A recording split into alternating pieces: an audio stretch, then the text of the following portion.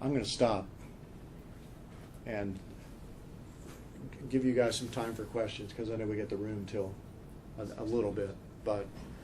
And I know you guys are going to have some good questions here. And the first one is, how the hell do I get out of this room without walking through everybody? And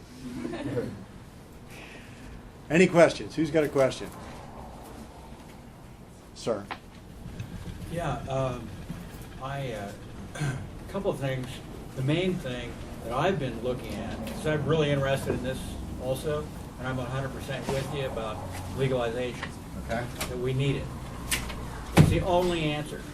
The problem is that there are some very, very powerful forces that are against this. Yeah. Because you have the world's biggest banks who are making trillions of dollars laundering profits from the international drug trade. So it's to actually legalize would be an actual financial blow to the global economy, believe it or not. So I think a lot of people who are like our congressional representatives who are crooked, not all of them, but some of them, are actually aware of this, and they just refuse to do it.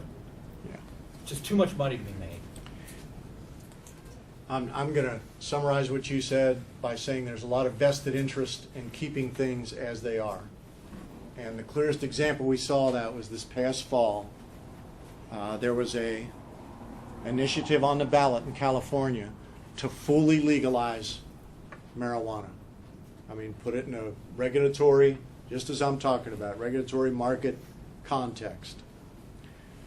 Who would be your guess as to what business interest came in at the last minute and spent millions of dollars to make sure this thing got defeated? Partner? Alcohol companies? The alcohol companies. Yeah.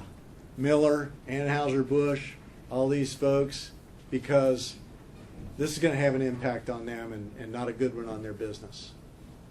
Because, getting off track a little bit, but who supplies the money for the alcohol business? Similar to who supplies the money for the drug business? It's alcoholics. Okay? If we start getting more treatment and being more successful, the alcohol business is going to have some problems as well. I was very disappointed that the week before the election, the Obama administration took some action to sort of stop the tide of the marijuana legislation in California. Last March, our Attorney General, Eric Holder, there's now 15 medical marijuana states. The Attorney General sent a letter to all those marijuana states basically punting on the medical marijuana issue. What he said was, if people in those states are in compliance with state law, the federal agents are no longer going to arrest people for federal violations. Because obviously, we got a conflict there. It's legal in Michigan, but not legal federally. And so they backed off. We're going to leave this alone. But just prior to the election in November, Eric Holder sent a message to the California voters that if you pass this law, we're going to continue to enforce federal law against marijuana offenders. And, I think it's a disappointing move. And I think if the people in Ohio or Indiana or California vote to legalize marijuana, that ought to be a state issue. And God love them. They can do what they want, and the Fed should stay out of it. That also appeals to the conservative element in this country, which I think the libertarian element should be a strong supporter of this move. States. Yeah, states' rights. States' rights. What happened at the end of alcohol prohibition was every state chose what they were going to do with alcohol. How many people here have ever, there's still places in Ohio where it's dry. Am I right? Mm-hmm. Kind of right around here. Yeah. That's local folks exerting their popular will. And we should allow the same thing to happen with marijuana. It should be out of the marijuana business. That should be a state local issue. Ma'am. What do you think of the chances that legislators in Canada are not going to recreate? Have you heard about this? Some body of the government in Canada just overturned the legislation regarding marijuana. So they're getting ready to have re-elections, but in 30 days, if they don't recreate it, it essentially becomes a legal thing. Like the laws in place. If Canada were to leave that and let it become a legal thing, do you think that would affect the U.S. process? I think it might. You know, it's interesting you say that, and something I should have said in the beginning was that, you know, my frustration with this war on drugs, I've been involved in this for 40 years, and it's been going on for 40 years. And after 40 years of the United States, we spend more money than any place in the world.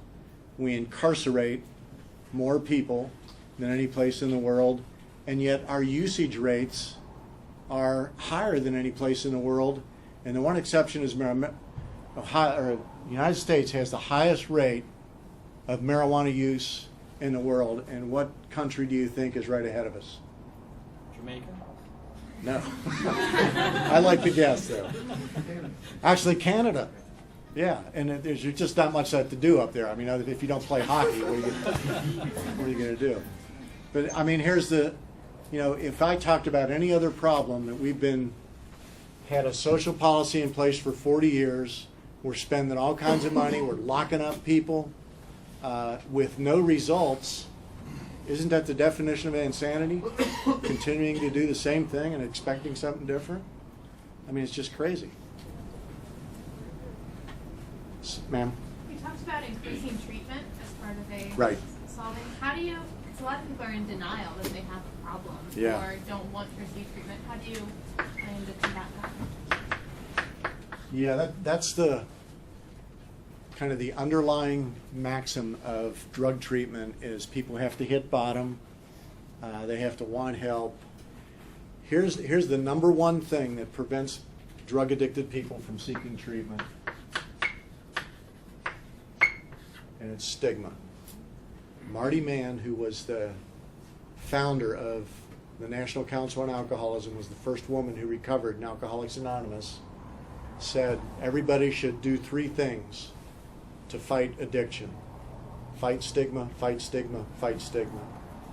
In Portugal, once the criminalization was taken out of it, suddenly addicts are coming out of the woodwork looking for treatment. I don't believe there's any reason to think that American addicts would act any differently.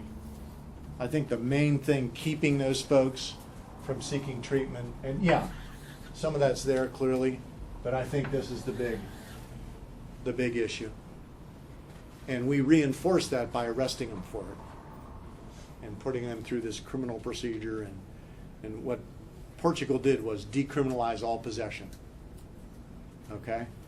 And so if you get a cop sees you in Portugal using drugs, it's an administrative violation. I write you a little ticket, and you go to an administrative court that doesn't levy any penalties other than, you know, if you're a taxi driver, maybe you can't have your license until you do something. But the whole purpose of the system is to get people into treatment, to encourage them in the treatment. So I can't argue with that. I mean, I just don't believe American addicts would act any differently.